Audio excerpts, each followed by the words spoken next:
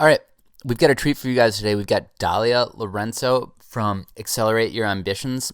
If you're thinking about studying abroad once or on the fence about it, um, Dalia's studied abroad 3 times. She travels the world. She's worked in so many different areas. She speaks 4.5 different languages by her account. She truly is a beacon of international business, and I'm just thrilled that she was able to be on the show. So listen up, let me know if you have any questions, and enjoy this one. All right, thank you. The 3 biggest reasons only 10% of students study abroad. They're afraid of being homesick, they don't think it's safe, and the number one reason people don't study abroad is cost. We're here to dispel all that. Find out exactly how that 10% crafted their study abroad journey and how you can too. I'm Chris Carlton, and this is the Study Abroadcast. All right. Hello, everyone, and welcome to another episode of the Study Abroadcast. I am here with Dalia Lourenco from Accelerate Your Ambitions. I just talked to her for a little bit, from all over the world. She's always traveling and doing something. She's currently in Barcelona, Spain, but she has extensive experience in study abroad and travel, and she's just going to be perfect for the show. She's a great fit. So, Dalia, thank you very much for being here. Welcome. How are you doing today? Hey, Chris, I am good. Thanks for inviting me. Great. So tell me, I guess, just starting about like a little bit about your background. Like, where are you from? We know you studied abroad. Tell me about the experience leading up to it, why you decided to go, where you decided to go, all that. All right, all right. So, long story short, I'm from Canada, and when I was in high school, I actually met some students who were studying abroad in my city, which was Ottawa.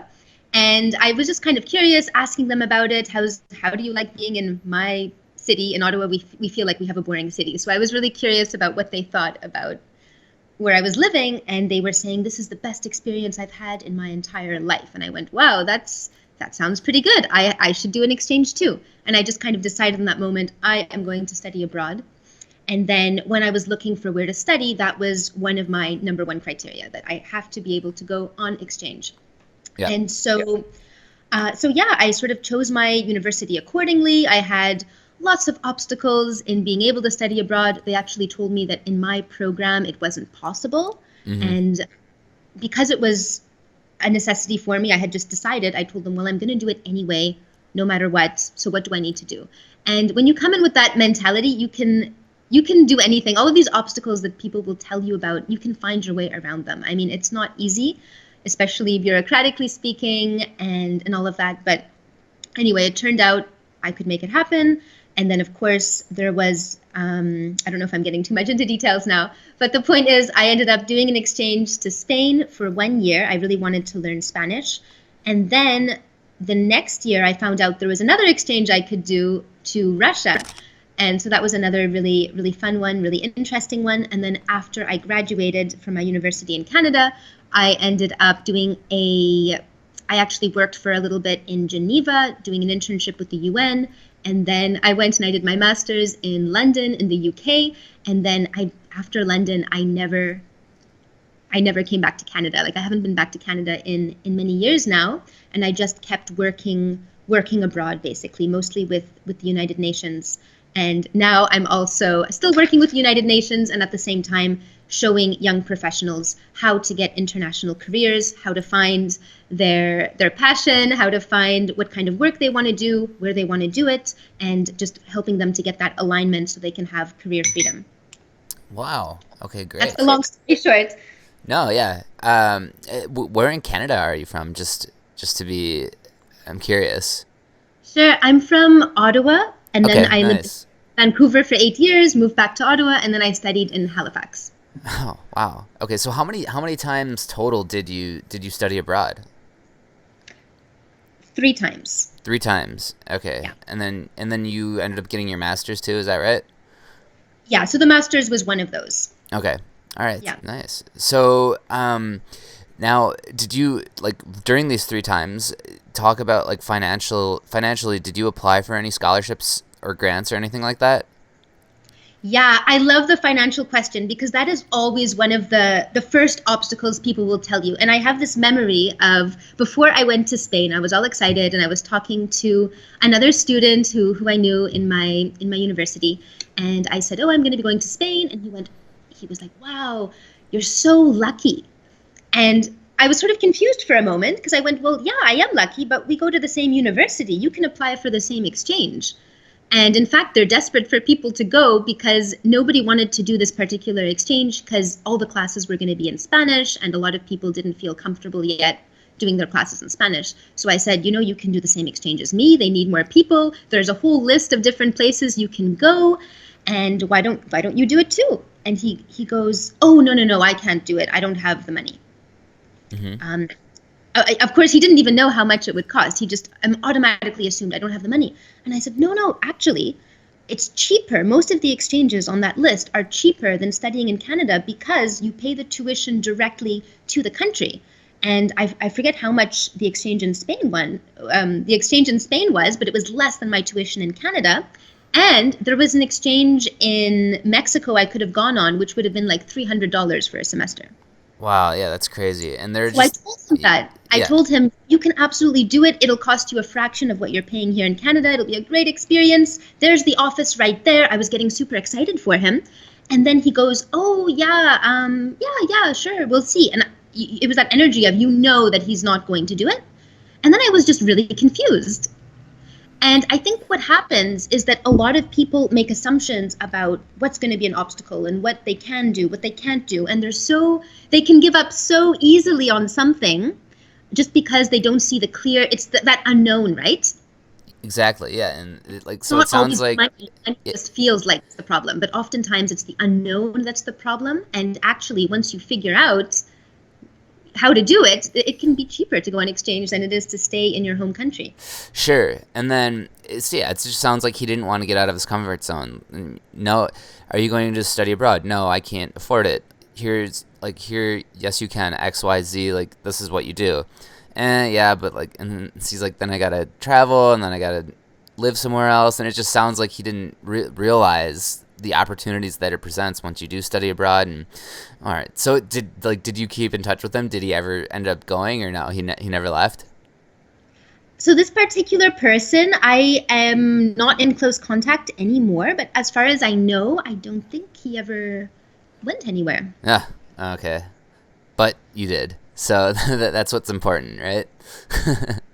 Yeah, I think it's a good lesson. I mean, not just for the studying abroad, but this is something that is going to come up in everyone's life, where there's going to be things that you feel like maybe you want to do, or you see someone else doing it, and then you're going to have all these obstacles, and you need to catch yourself. I mean, this happens with me. It happens with everyone. You need to catch yourself and realize, hey, is that obstacle real? Do I really have all the information here, or am I creating it? Am I assuming it's going to be an obstacle? And, there are going to be obstacles. Going on exchange is obviously more difficult than just staying home. There's going to be bureaucracy to solve. You need to figure out where you're going to live. You're going to need to learn the language. I mean, there's lots of challenges, but at the end of the day, you have to think, am I willing to get over some bureaucratic hurdles so that I can have this amazing experience? And Right. that answer should be yes, of course it's worthwhile. Yeah, no. I couldn't agree with you more. I mean, you're kind of preaching to, I don't want to say the choir, but this is these are the people, you're speaking to the people that I'm trying to make the show for, and just there's so many fallacies and misconceptions and false beliefs that students hold about studying abroad, and you're saying exactly that you can do everything that people think they can't. So now, when you were studying abroad, and again, there's all three times, so you can pull from any different time. But as far as your living situation goes, where did you stay? And did you have roommates? Was it a host family? Was it an apartment? Can you tell me about that? Oh, sure. I can't even keep track of how many Yeah. different places and situations I've lived in. I literally can't remember how many roommates I've had over the years. So there have been, I think my first exchange, I mean, first of all, I lived in a dorm, like when I first moved to Halifax. Then my second year, I moved out again in Halifax, but in a house with other roommates. Then when I went to Spain, I got an apartment with three Spanish roommates. And that was really interesting. It was sort of people that I never would have met them if it weren't for just living with them. So wait, And were they students or were they just like they were students at my okay, university, but they were okay, Spanish. I mean, they were more local. right?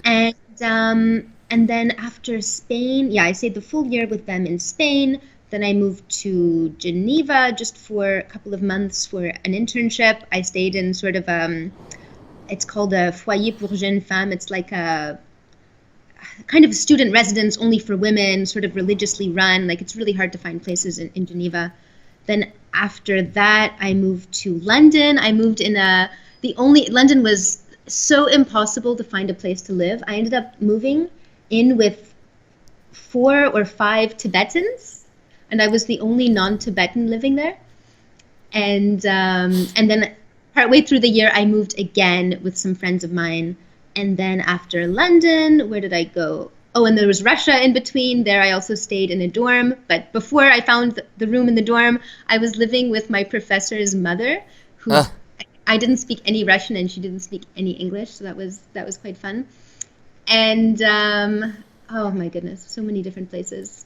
Yeah, no. I mean, it's an interesting Huge interview company. because you were abroad so many different times, and I don't know. I guess you can pick your experience, like your favorite experience or the least favorite. I guess in some cases make for the better story.